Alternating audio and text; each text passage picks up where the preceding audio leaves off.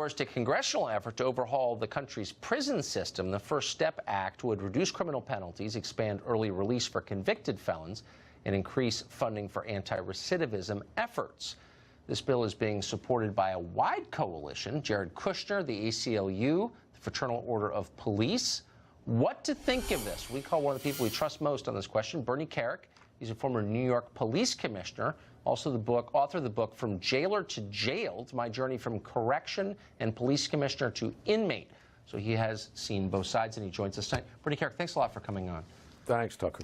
So address the concerns of people like me who think that there are probably a lot of people who go to prison for longer than they need to go, and it doesn't help any of us when that happens, but are also worried about opening the gates and putting a lot of dangerous people back on the street.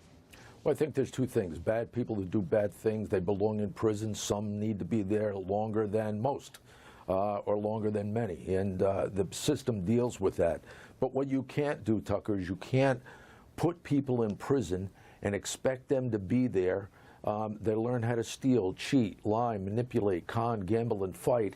And then don't do anything for them. Don't give them any programs. Don't give them any work ethic, discipline, life skills. Then send them back home and expect, as some members of Congress do, that they're going to be better people. Because at the end of the day, you know, we have congressmen now sitting around Washington in a circle jerk, basically saying, why is the recidivism rate going up?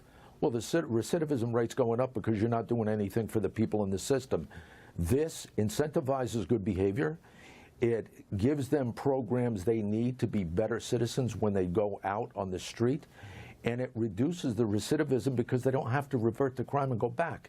You know, and not to mention, you have 2.5 million kids in the country right now without fathers, without parents.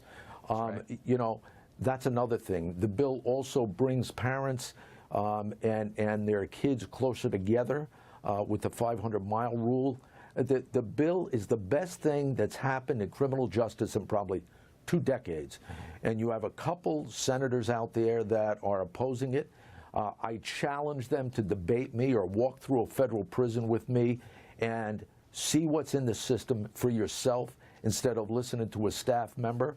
And I'd really urge them, and I'd urge everybody watching, if you've been in the system or know somebody in the system and know what they've been through, call your senators and tell them get this thing done, because Mitch McConnell has the votes.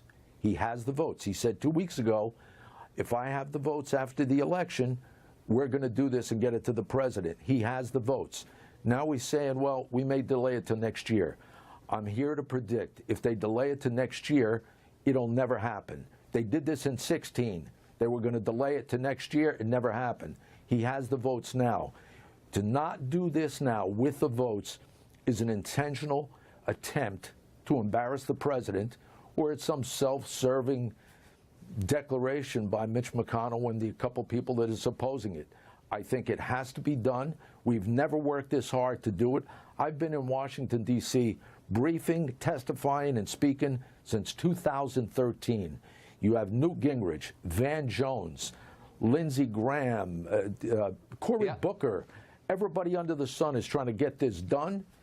They got to do it now. Mitch McConnell has to do it now. Well, you're one of the. There's so much noise about this. I wanted to talk to someone I trust on this subject.